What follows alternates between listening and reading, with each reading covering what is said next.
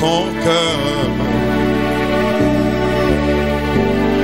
C'est là que je veux être dans ces temps difficiles. Seigneur, ça ne va pas. Moi, je veux être dans tes bras, oh d'amour, dans tes bras. Porte-moi, Seigneur. Ce matin, nous voulons mettre notre vie dans tes bras d'amour, Seigneur. Nous voulons placer notre lendemain dans tes bras d'amour, Père.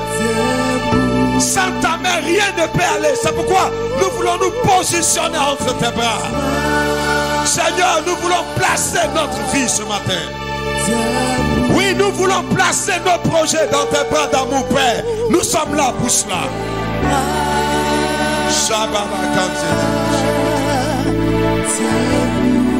Jésus, dans tes bras d'amour, tes bras.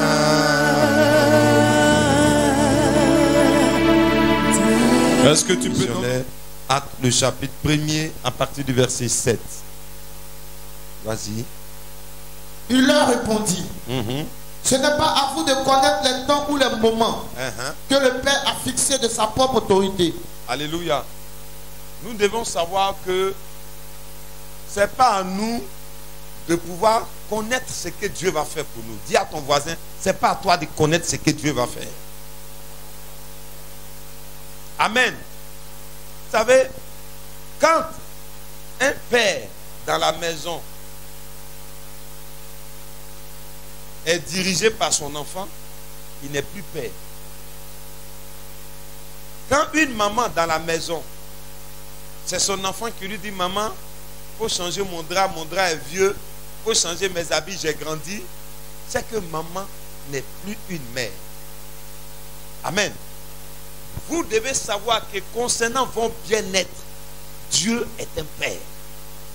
Non, ça c'est pas un amen que je vais entendre. Je suis en train de te dire ce matin-là, ne crains rien.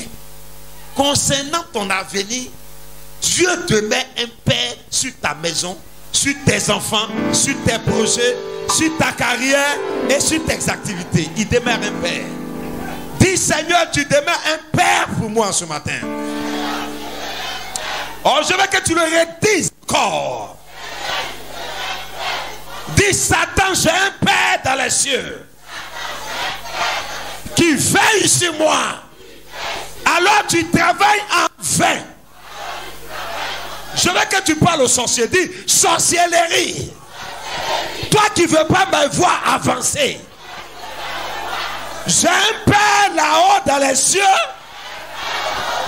qui veille sur ma sécurité et qui veille sur mon avancement. Acclame le Seigneur si tu es d'accord avec ça. Amen. C'est pourquoi il dit à ses disciples, ne vous inquiétez pas de ces choses. Amen. Vous savez, c'est les païens qui courent derrière ces choses. Depuis un certain temps, j'ai compris que Dieu est ma bannière. Amen. Alors Dieu ne peut pas accepter que toi, son enfant, tu souffres. Est-ce que tu crois en cela? Dis, je vais sortir de cette situation. Non, je n'ai pas encore attendu ça. Tu dis quoi? Dis, parce que j'ai un Père céleste. Moi, quoi ça? Cette situation ne peut pas me retenir. Je vais la traverser et je vais sortir de cette situation parce que je suis un champion, une championne.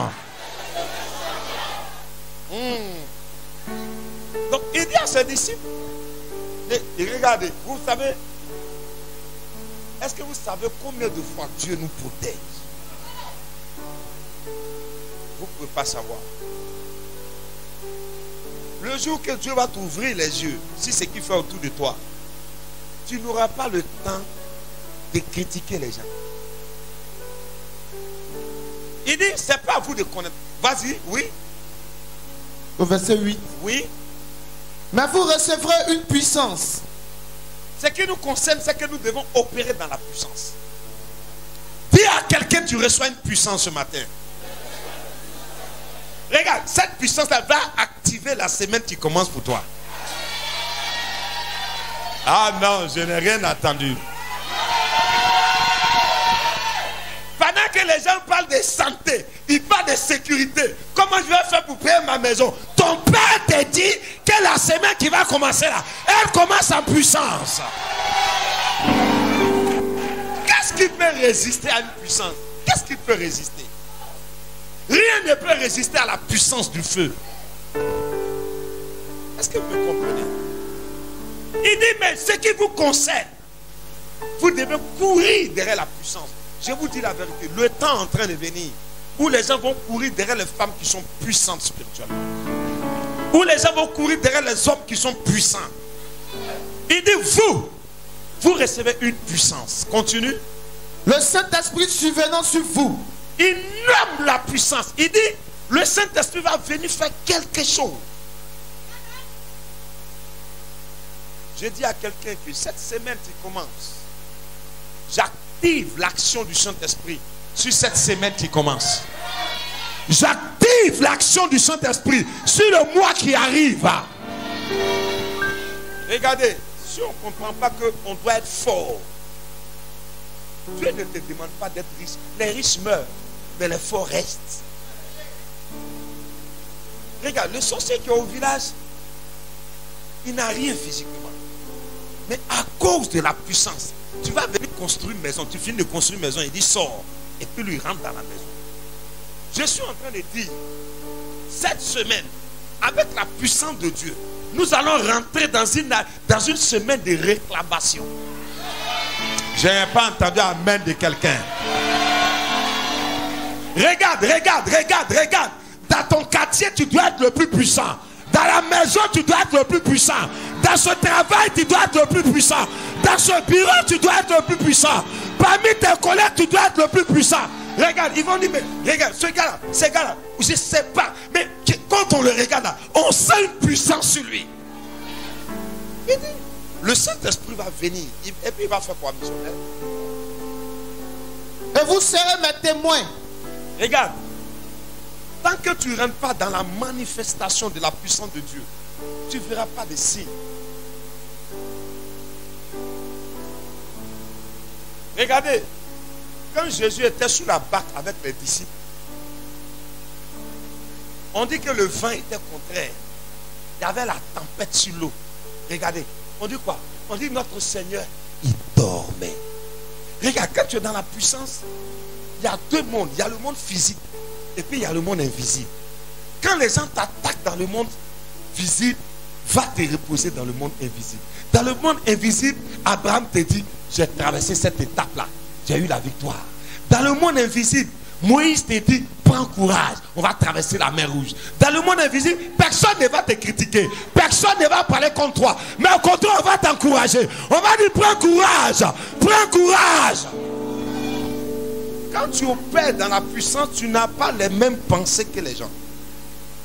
C'est pourquoi il dit, ils te feront la guerre, mais ils ne vont pas te vaincre. Je dis à quelqu'un qui est en train de traverser une situation, elle ne va pas te vaincre. Ça n'a qu'à se tordre comment. Mais comme un rotin, quand on plie le rotin, quand on le laisse, il revient à sa place. Tu vas revenir dans la bénédiction. Tu reviens dans la percée. Tu reviens dans le succès. Tu reviens dans la richesse. Tu reviens dans la nomination. Tu reviens dans la croissance. Tu reviens dans la victoire.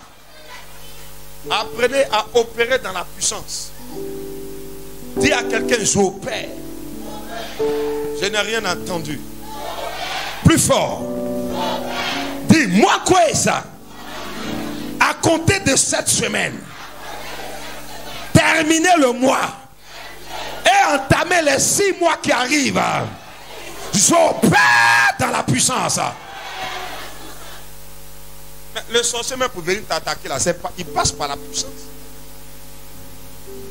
Si vous vivez dans les réalités humaines, c'est pas bon. Jésus dit à ses disciples, n'opérez pas. C'est vrai que vous êtes dans le monde, mais vous ne dépendez pas des lois du monde. Dis à quelqu'un, je ne dépends pas des réalités du monde. C'est pourquoi je suis en train de te dire, pendant que les cas de mort augmentent, la mort ne te frappera pas. J'ai dit, tu ne mourras pas avant ton temps. Tu iras plus loin que ton père. Tu iras plus loin que ta mère. Tu vas enterrer tes ennemis.